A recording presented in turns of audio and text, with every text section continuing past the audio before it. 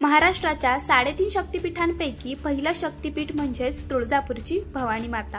ही भवानी माता म्हणजे फक्त देवीचं रूप नाही, तर शौर्याचं आणि स्वराज्याचं प्रतीक मानलं जातं। छत्रपती शिवाजी महाराजांनी स्वराज्य स्थापनेच्या वेळी याच भवानी मातेची आराधना केली होती। असं मानलं जातं की तिनेच महाराजांना भवानी तलवारही दिली होती। म्हणूनच भवानी मातेचा संबंध थेट शिवशौर्याशी आणि हिंदवी स्वराज्याशी जोडला जातो। मंदिराचं वैशिष्ट्य म्हणजेच इथे देवीला तुळजाभवानी म्हणून ओळखतात।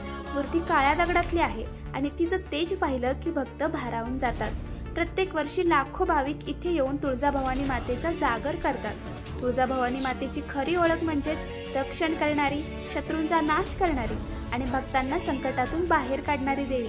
ही तीच शक्ती आहे तिच्या आशीर्वादामुळे महाराजांना स्वराज्य उभं करण्याची शक्ती मिळाली आणि म्हणूनच महाराजांचा जयघोष आजही या देवीच्या नावाने होतो। जय भवानी, जय शिवाजी।